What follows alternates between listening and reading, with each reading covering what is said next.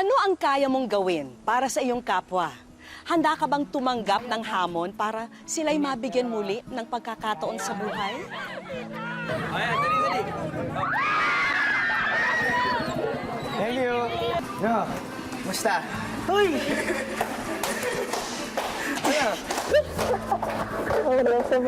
Ano, ha?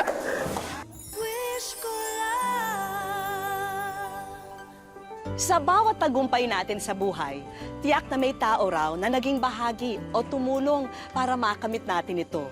Gaya ng kapuso teen prince na si Miguel Tan Felix. Malaki raw ang utang na loob niya sa isang kaibigan. At wish niya sana, masuklian ang taong ito sa lahat ng naitulong sa kanya. Maagang nagsimula ang araw ngayon ng artistang si Miguel Tan Felix. Todo paghahanda ang binata para sa kanyang photoshoot kasama ang kanyang ka-love team na si Bianca Umali. Mula nang itinanghal si Miguel na first prince ng Starstruck Kids noong 2004, patuloy pa rin ang pagkinang ng karera niya sa showbiz. At sa kasalukuyan, ang 17 anyos na binata ang binansagang primetime teen prince ng GMA. Una siyang umarte bilang pagaspas sa teleseryeng Mulawin. Ilang taon nang nakalipas, nakita ang husay niya ng bumida sa Ninyo. At ngayon, tinatangkilik at kinakikiligan siya sa teleseryeng Wish I May.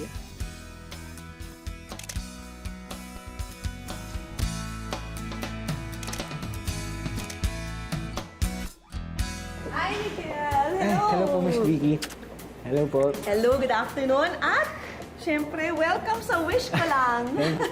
Hindi, ganito yon kasi gusto kitang i-appoint na fairy godfather. Diba, bata mo pa maging fairy godfather. pero alam ko kasi na meron kang gustong-gustong i-wish na tao. Kaya Yes. nakarating sa amin yung balita kasi sabi namin, siguro ikaw yung dapat piliin namin para maging susunod na fairy Very good. godfather. Kaya, Maraming salamat po. magaling ka na dati pa lang nung nagmumulawin ka o talagang may nagturo ba sa'yo? Hilig ko po talagang sumayaw before pa po nung bata po ako. And yes po, may tuturo po sa akin dati.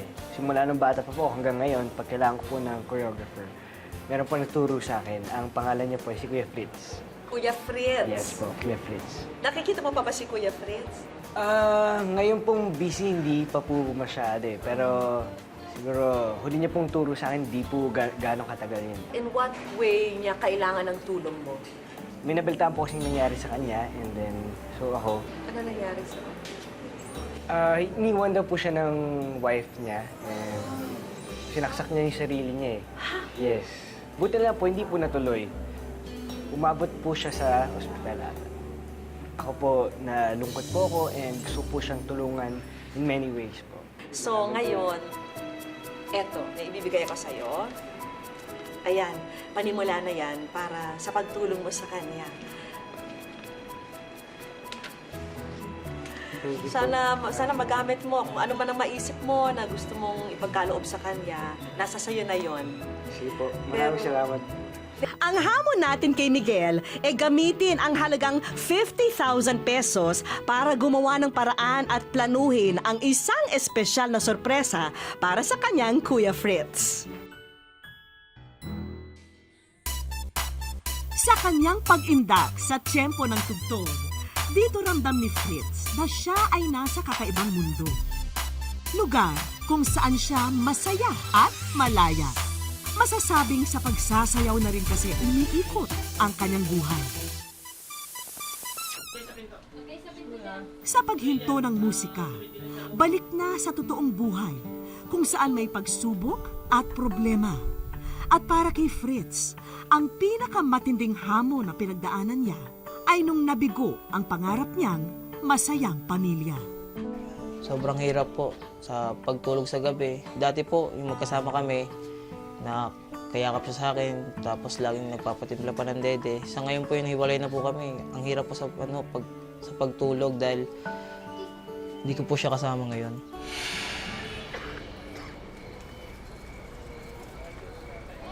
Madalas ang mga naging pagtatalo ni na Fritz at ng dati niyang kinakasama.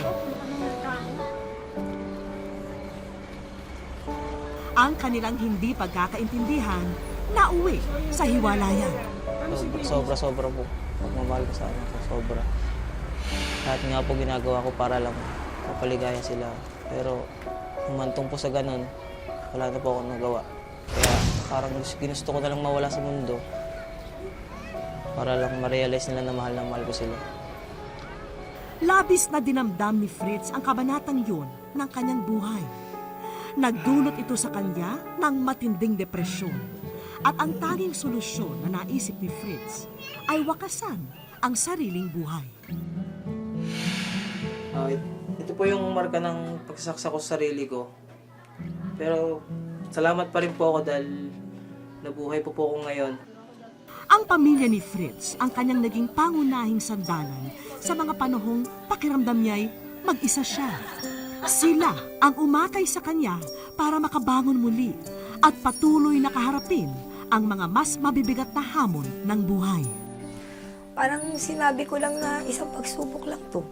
Pagsubok ng Panginoon dahil hindi naman nagbibigay ang Panginoon ng pagsubok na hindi natin kakayanin.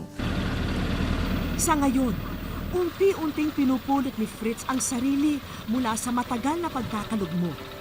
Tuwing umaga, pamamasada ng tricycle ang pinagkakaabalahan ni Fritz.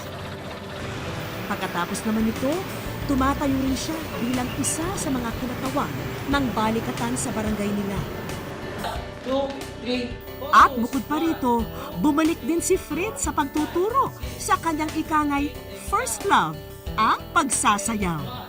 Lahat ng ito, ginagawa raw niya para sa pinakamamahal na anak. Sisipag po ako para lang mapaligaya yung anak ko. Higit pa sa lahat ng gusto niya para hindi niya ako kalimutan. Sa lahat ng pagsubok na pinagdaanan ni Fritz, isang kaibigan ang hindi rin daw siya iniwan hanggang sa huli. At yan ang kapuso teen star na si Miguel Tan Felix. Malaki ang pasasalamat ni Fritz kay Miguel dahil mula raw ng maliit pa ang artista, lumaking mabait at naging malapit na kaibigan pa niya. Sobrang gandang overlooking na Siya po yung tinuturing ko na matalik na kaibigan. Dahil sa lahat ng lumapit po ako sa kanya, hindi po ako tinanggihan ni Miguel. Ito po yung mga picture na to, ito po yung mga kada event na pinupuntahan po namin ni Mickey. Pinaprint ko po talaga yung para isang alaala po sa amin, dalawa. Kaya naman kung meron daw nais si Fritz, ito ay ang makitang magtagumpay pa si Miguel para masuklian ang kabutihan ng artista. Sana ngayon, Miguel, huwag ka pa rin magbago. Kung ano ka dati, ganun ka pa rin hanggang ngayon.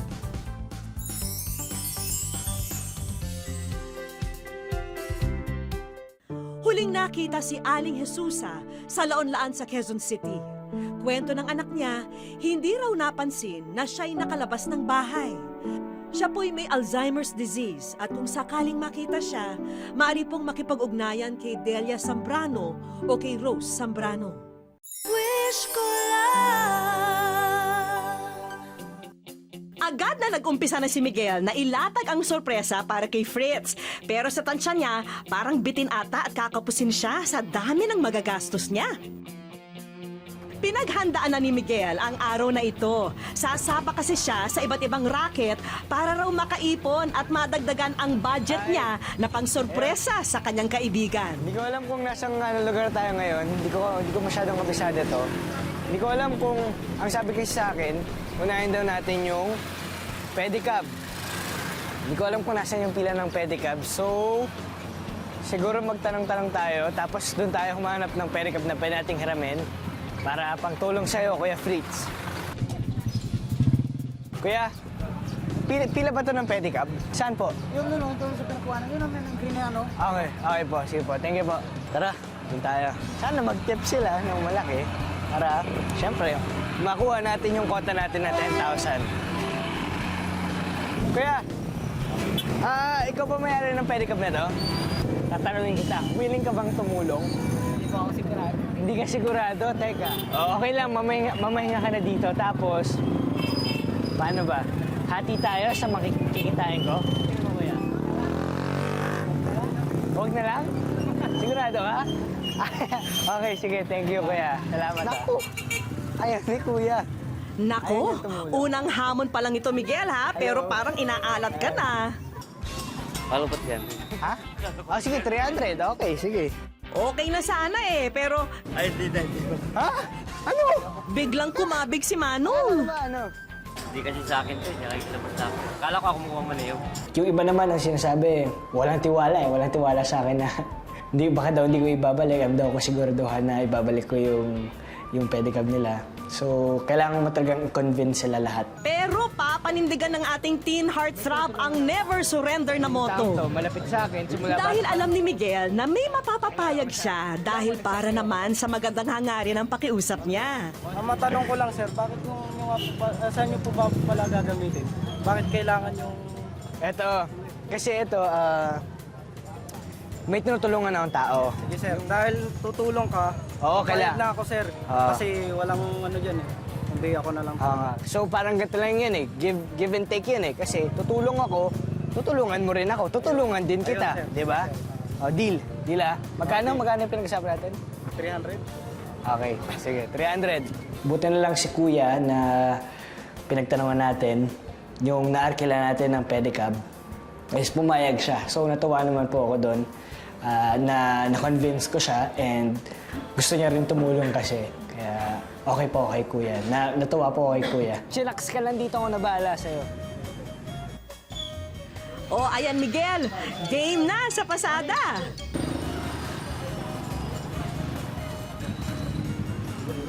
Ate, saan ka pupunta? Gusto mo sumakay sa akin? Sige lang. Saan po kayo pupunta? Pwede niyo po bang ituro sa akin? Doon lang. Okay, sige, let's go. Dito na po kayo? Okay po. Dito po. Aba, magandang pabuena mano agad ang unang kita ni Miguel. Sa aking idea po yun na pag selfie may extra bayad kasi gusto ko pong i-maximize yung magagawa ko po bilang pedicab driver. So, bali, mas dagdag po yun sa pamasahinda which is nakatulong po sa ipon po natin. Meron tayo, ito na agad yung kinita ko. Meron ng 50 pesos para sa pedicab tapos 100 pesos selfie. So, inisip ko baka magpa-selfie na lang ako kasi mas malaki kinikita. Tara! May bayad yan ah. So, Ay, maraming salamat po. Thank you po. Kahit matindi ang sikat ng araw, tuloy pa rin ang pagpadyak ng ating bida. Kaya pa! Medyo. Thank you. Ayos lang. Medyo mainit na pero siyempre kakayanin natin para kay Kuya Fritz. Medyo nakakapagod siya. Sarap pa ng hangin tapos mainit so medyo nakakaantok. Hello po. Saan kayo pumunta ate? Thank you. Maraming salamat po. Ate, thank you. Salamat. Ingat po kayo. Medyo mahirap sa Riles kasi lubak doon. Tapos dito medyo pataas dito kaya napagod ako. Pero thank you kay ate kasi nagbigay siya sa akin ng 200. Konti na lang, 10,000 na. Oops. Ate, get ready. Mahirap lang po tuwing dadaan sa Riles kasi minsan na-stuck yung gulong ng pedicab. So, bababa yung pasero or bababa ako para itulak po yung pedicab. Tapos nakakatakot pa dahil diba, Riles ng tren yun, baka mamaya. Kaya pa? Mainit pero kaya yan. Matulong tayo eh. Ate, meron kang panyo? Kaya yan. Uy, sarap. Malamig. Alright. Thank you. Good luck sa thesis nyo. Okay.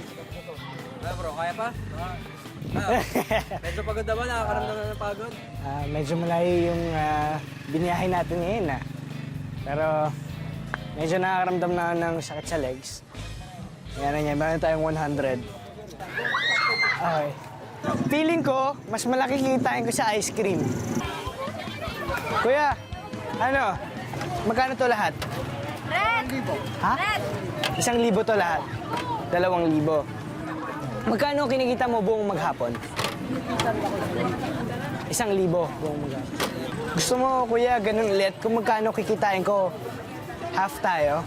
Okay ba yun sa'yo? Sige, game. Tara, bilhin na kayo.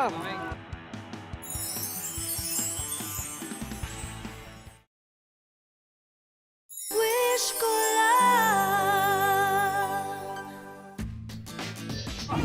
Suyurin natin yung mga streets doon para mas marami tayong makitang tao. Ano to? Ilan ba to? Anong flavor ng ice cream gusto mo? Halos matunaw sa kilig ang mga bumibili kay Miguel. Ayan, dali.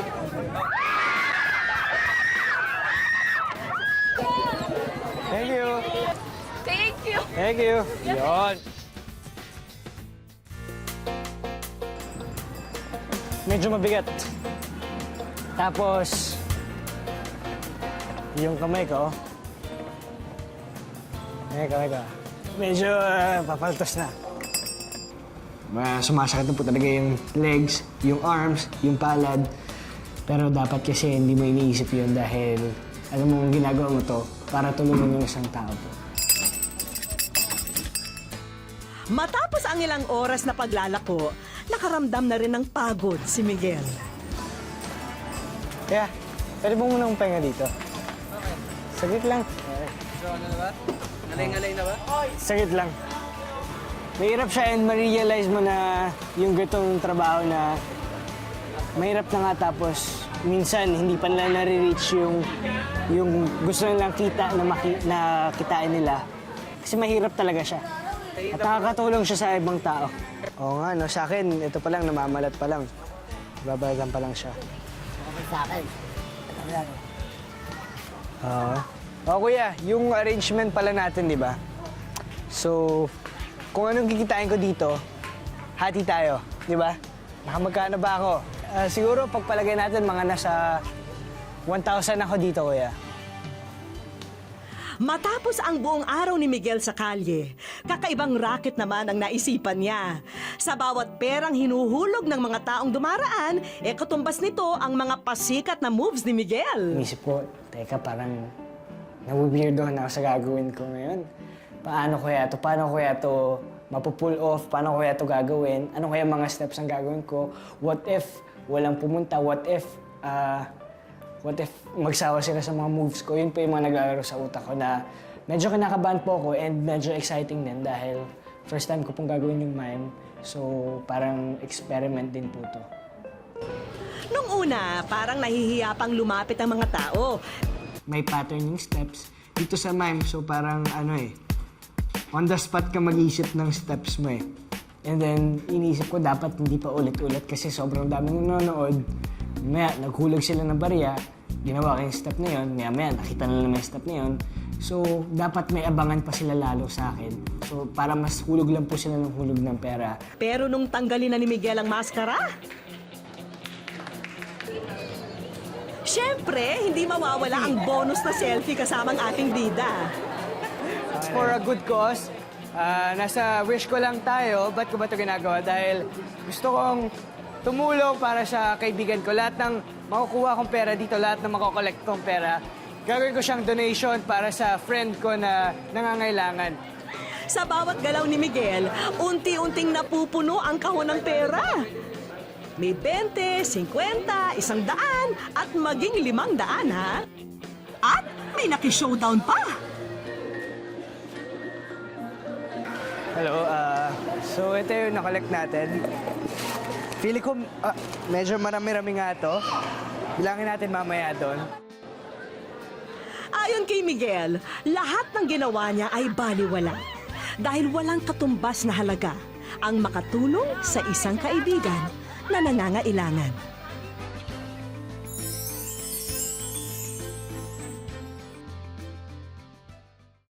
Si Cedric ay isang buwanang nawawala. Kwento ng ama niya, sumabit daw siya sa isang sasakyan ng kakilala. Pero nang mapansin ng driver na nakasabit siya, iniwan na lamang siya sa isang fast food restaurant sa Parañaque City. Wish ko lang. Matapos ang mga challenge na ginawa ni Miguel para makalipon ng pandagdag na pondo, oras na para ihanda niya ang mga sorpresa para kay Fritz. Sinimulan na niya ang pagtatawag sa mga taong magiging daan upang makompleto ang mga regalo para sa kaibigan. Tatanong ko lang po kung available po ba yung naka-post niyo pong tricycle sa site? For how much po yun? Kasi inaano ko siya for 40 po, 40,000. 40? 40 kuya? Nako, makukuha ko ba siya ng ng 30? Ay, sir, sorry. Pasensya, hindi kasi talaga kaya. Medyo malaki po yung 10,000 na discount. Sige kuya, ito, 36. Ano po? 36,000. Gusto ko lang talaga makatulong kasi nasa wish ko lang ka kuya. Nasa wish ko lang din ako, may tinutulungan po akong kaibigan. Kaya, bye ka na. Sige na kuya. So, 36,000. Oh, tulong mo na rin yung 4,000, no? Teka po, Sige, sir, payag na po ako. Bye ka na. Opo. Okay, sige, maraming salamat. At matapos niyang makakontrata ng mabibilhan ng tricycle para kay Fritz, personal ding naghanap si Miguel ng lugar kung saan gaganapin ang party para sa anak ni Fritz. Hi, good afternoon, Miguel Tan Felix. Hello. Kasi nasa wish ko lang tayo, tapos yung friend ko, natulungan ko siya. So ngayon, birthday ng anak niya eh. Hingi lang sana ako ng pahintulot kung pwede bang tulungan ako na mag-grant yung wish ko na magkaroon ng surprise birthday party yung anak ng kaibigan ko. Okay na. course, kahit anything to help. Talaga? Thank you, maraming salamat ha. Okay, so meron tayong tricycle. Meron tayong venue para sa party ng anak ni Kuya Fritz and meron tayong mag-aayos sila. So siguro surprisahan natin ngayon sila. Let's go! Habang sa Quezon City, abalang nag-iensayo sa isang dance studio si Fritz.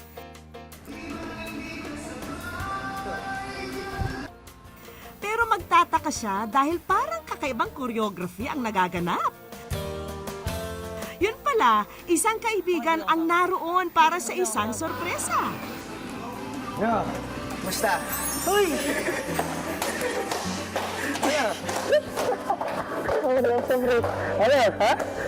Ano? Iyak.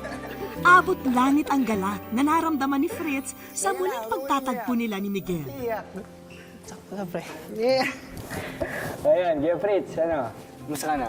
Ayos lang naman. Ayos lang. Okay ka naman? Okay naman. Kaya yung kumanginig.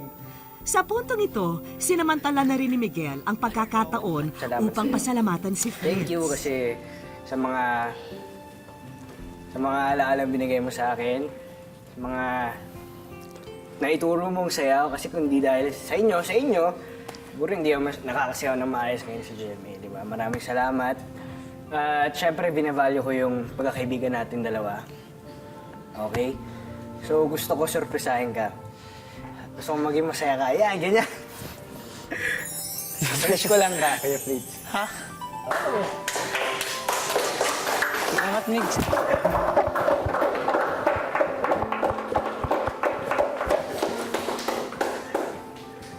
Parang ganun lang, tapos hindi ko alam na darating siya dito. Tapos ganito pala yung mangyari. Salamat, Migs. Salamat, din. hindi ka nakalimot. At para raw lalong maging extra special ang araw na ito, isang mahalagang tao rin ang inimbitahan ni Miguel para makibahagi rito. Pasok! Ayan na. Sino yan? Hala! Jed! Punta. Baka sa higpit ng mga yakap ni Fritz ang galak matapos ang matagal na pangulila sa anak na si Jen. Happy birthday, Nak. Personal ding pinasalamatan ni Fritz ang lola ni Jen matapos nitong pahintulutan na makasama ni Fritz ang anak. Ay, maraming salamat po kahit dati na alam niyo naman po yung sa amin. Pero maraming salamat po kasi tinanggap niyo pa rin ako. Hindi na maging isang ama ng anak ko. Tanggap niyo pa rin po ako kahit anong mangyari. Salamat po, Nay. Tutuwa ako at kahit naman ganun yung nangyari sa kanila. Tinatanggap pa rin kami. Ano Kuya Fritz? Handa ka na ba sa mga surprise na hinanda namin para sa'yo? Handa na ako. Oo. Paniguradong masa-surprise ka talaga dito. Para sa'yo talaga itong araw to, Kuya Fritz. Agad kaming nagtungo sa pasyalang ito. Walang kamalay-malay si Fritz na may masayang selebrasyong magaganap. Sabi ka talaga, Mix. Happy birthday, Fritz! Ayun pala. Halos hindi makapaniwala si Fritz sa bumungad sa kanya. Masaya ako ngayon kasi dininig yung dasal ko. Tapos marami rin salamat, Mix. Hanggang ngayon, simula pagkabata natin hanggang ngayon, hindi ka pa rin nakakalimot. Isa raw kasi ito sa pangarap ni Fritz para sa nalalapit na birthday ng anak. Kulang ang party kung wala raw sayawan, kaya sina Miguel at Fritz nag-dance showdown na.